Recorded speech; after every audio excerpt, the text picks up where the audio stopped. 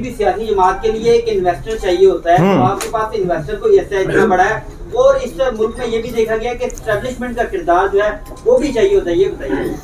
देखिए, बात बहुत सिंपल सी है। जब आप नज़रिए की जदोजहद करते हैं ना, तो आवाम आपको वोट भी देती है और नोट भी देती है। हमारे आज तक 10 साल की जदोजहद में कभी भी हमें पैसे की जरूरत नहीं पड़ी। मैदान सजा भाई मिला हमें हमेशा, अल्हम्दुलिल्लाह। उसके बाद सबको मौका मिलेगा। मैं मगरिब तक इधर। हाँ, एक सेकंड, 1 मिनट। परचम सबसे इम्पोर्टेंट। मैं आपको एक चीज़ बताऊँ, मैं आपको सारा बताने लगा हूँ। मैं सबसे पहले मैं खड़ा हो सकता हूँ? जो ग्रीन कलर है ये पाकिस्तान का रंग है और गुंबद खजरा की नुमाइंदगी करता है। जो रेड कलर है ये 1857 की जंग आज़ादी से लेके 1947 तक, और फिर तब से लेके आज तक पाकिस्तान की जोग्राफियाई सरहदों और नज़रियाती सरहदों की लिए हिफाजत करने वाले और शहदा की नुमाइंदगी करता है। और फिर जो गोल्डन कलर है, एक तरफ मेरे बैतुल मक़दस फ़लस्तीन की और दूसरी तरफ रोज़ा इमाम हुसैन की नुमाइंदगी करता है कि हम कभी बिकेंगे नहीं, कभी झुकेंगे नहीं, साम्राज्य कुव्वतों के खिलाफ हमेशा डटेंगे। इन लोगों को, जिन लोगों ने पाकिस्तान के गद्दारी के एवज़, जिन लोगों को 1857 की जंग आज़ादी में अंग्रेज़ों की वफादारी के एवज़ जिन लोगों को जागीरों से नवाजा गया था, हम लोग उनकी जागीरें बेच के पाकिस्तान के कर्जे उतारेंगे इंशाअल्लाह ताला। जी प्लीज़। आपने अभी जितने भी गुफ्तगू की, इसमें मुझे कुछ लम्हों के लिए ऐसा लगा शायद हमारे सामने इमरान खान साहब गुफ्तगू कर रहे हैं, क्योंकि वो जब हुकूमत में नहीं थे, अपोजिशन में थे, तो वो भी आप जैसे ही दावे करते थे। इमरान खान साहब, हाँ प्लीज, मैं कंप्लीट करूं। 2 छोटे-छोटे क्वेश्चन हैं, पहले एक फिर दूसरा। आप भी वो तो मुझे कुछ लम्हों के लिए ऐसे लगा शायद इमरान खान साहब ये गुफ्तगू कर रहे हैं। आज जब वो वजीर आज़म है तो वो बेबस है। वो कहते हैं मैं क्या करूं, मेरे सामने ये जो लोग हैं इनके सामने मैं बेबस हूँ। ठीक है, पहला क्वेश्चन, आपके पास क्या ऐसा है कि आप ये जो बातें आप कर रहे हैं इस पे इम्प्लीमेंट आप कर रहे हैं? इमरान खान साहब जब आए, इसी के बाद अगर करने मुझे आसानी होगी।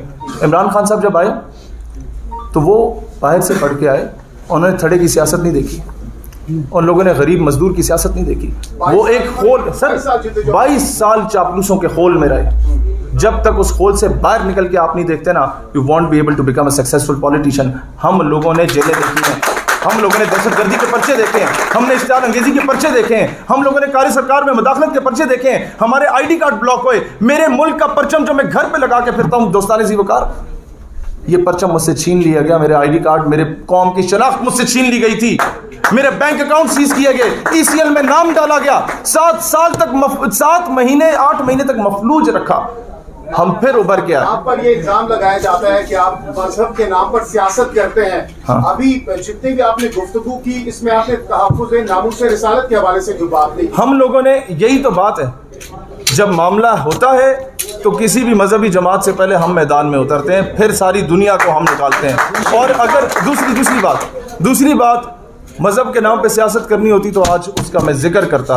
हम लोग प्रैक्टिकली करके दिखाते हैं, नारे नहीं लगाएंगे। सुप्रीम कोर्ट इस टाइम पावर में है, वो सबसे इस टाइम एक मजबूत अदारा है। उसने लास्ट गवर्नमेंट को डायरेक्शंस दी थी कि कौमी जुबान को आप सरकारी जुबान के तौर पर उसको फॉलो करें, इम्प्लीमेंट नहीं करें। दोनों जमातें, ना मुस्लिम लीग ना PTI इसको आज तक इम्प्लीमेंट कर सकी, चूंकि ये टेक्निकल पॉसिबल नहीं है। तो आप ऐसा क्या सर, जब तक CSS के एग्जाम्स आप नहीं लाएंगे ना, जब तक मिनट्स ऑफ द मीटिंग्स आपके सरकारी ऑफिसेज की उर्दू में नहीं बनेंगे ना, तब तक ये राइज नहीं होगी। अगला सवाल। सवाल करूंगा कि आपकी जमात को हम एक मजहबी जमात लें, एक पॉलिटिकल जमात, कौमी जमात लें, इसमें हर फिरका है, हर मजहब है। आपने माजी में मसजिद वजीर का मामला हो या खत्म नबूवत का मामला हो, तहरीक लब्बैक को जाके ज्वाइन किया, फिर ऐसा लगा कि जैसे आपके उनकी नजरियाती हमारी हो, और आज मैं आपको आज बताता हूँ, तो फिर आपने एक अलग, मैं वही बताता हूँ। जब भी बिलावल निकले, फजल रहमान साहब निकले, नवाज शरीफ निकले, कोई भी निकले फॉर द गुड कॉज जो मेरे अकायद की तर्जमानी करती है, मैं आज भी उनके जूते सीधे करने को तैयार खड़ा हूँगा। अगला सवाल जी प्लीज़। आपके लिए बहुत इजी था, आप एक टिकट लेते और MLA की सीट पे बैठ जाते, फिर आपको इतनी एफर्ट्स करने की क्या? टिकट लेते और MLA की सीट पे बैठ जाता? बहन, मुझे ये बताएं, ये जो मेरे दाएं बाएं 5-7 साल से जदोजहद करने वाले दोस्त हैं, ये कहाँ जाते हैं? मैं इनके ज़मीन का सौदा कभी राइट लेफ्ट पे आपके जो लोग बैठे हैं, ऐसे ही अकबर एस बाबर की मिसाल है। आजकल अहमद जवाद साहब हमारे साथ हैं, 20-25 साल उन्होंने जद्दोजहद की इमरान खान साहब के साथ वो जाते थे। क्या आप तो नहीं करेंगे यही काम, ये कल को अकबर एस बाबर या अहमद जवाद तो नहीं बनेंगे? आप 2 महीने बाद देख लें, ज्यादा की बात नहीं कर रहा। 70% टिकट नौजवानों को दे रहे हैं। नहीं कर पाई तो आप कैसे करेंगे? मैं 2 महीने का कह रहा हूँ, बल्दियात आने तो देना। ये जागीरदारों को हराएंगे, ये नवाबों को हराएंगे। ये हुकूमत में आएंगे जब आपकी हुकूमत तब आप तो ओ भाई बल्दियात से ही आएगी। ये 2023 में आप देख लें, ये ज्यादा दूर नहीं है। भाई मेरे 2 सवाल हैं। आप सारे करें। मेरे 2 सवाल हैं। पहला सवाल ये कि आप मस्जिद वजीर खान में पाबंद सलासल भी रहे, आपको ज्यादा बेहतर आइडिया होगा। पाकिस्तान की अदलिया में 50 साल के बाद इंसाफ जब मिलता है तो पता चलता है कि जिस बंदे ने केस किया था वो मर चुका है।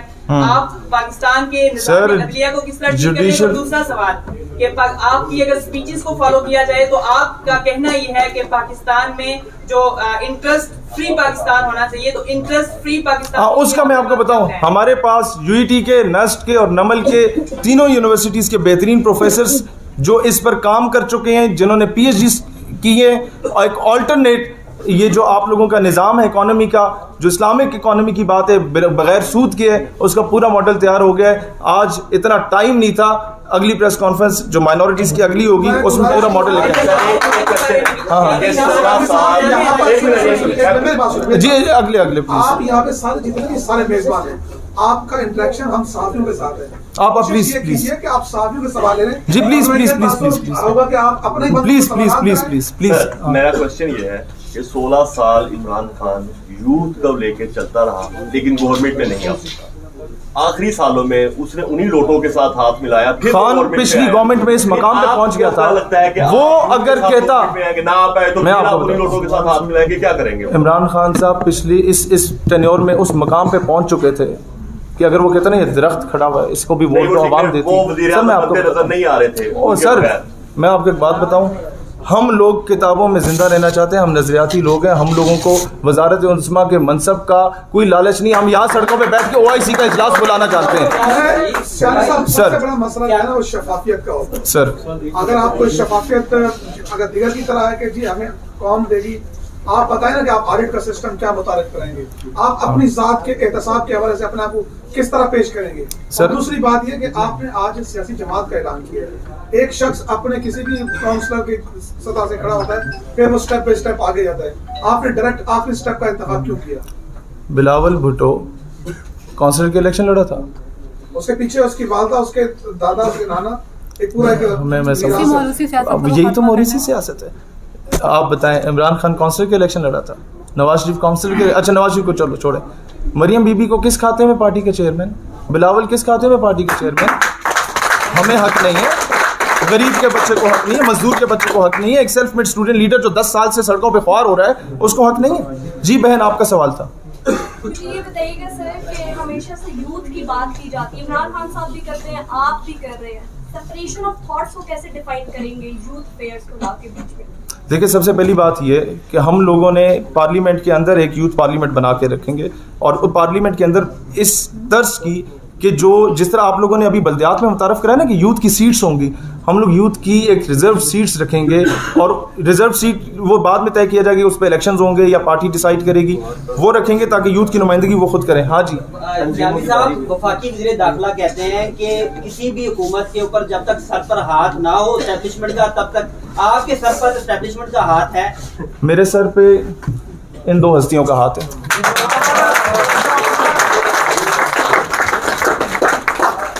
शहीद भाई, आप पर ये भी इल्जाम है कि आपको बाकायदा तौर पर लॉन्च किया गया है, आपके पीछे कुछ अनासिर हैं, आप किसी के एजेंट के तौर पर आपको पेश ये बात दुरुस्त है।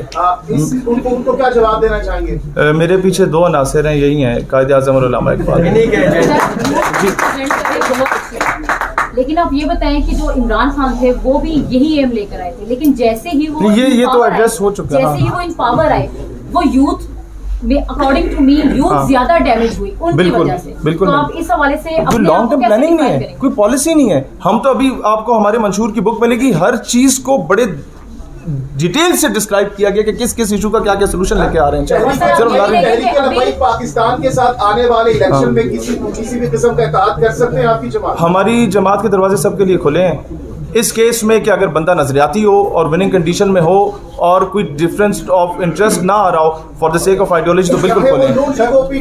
चाहे वो किसी भी पॉलिटिकल पार्टी का हमारे माइंडसेट का बंदा हो, हम आपस में डिवाइड नहीं होने देंगे। हाँ जी,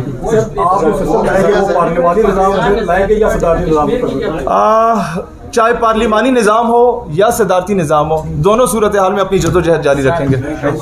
उसके बाद PDM जनाब, अगर नवाज शरीफ साहब जो 2 साल से मुल्क से बाहर बैठे हैं वो अगर वापस आते हैं तो फिर हम सोचेंगे PDM का।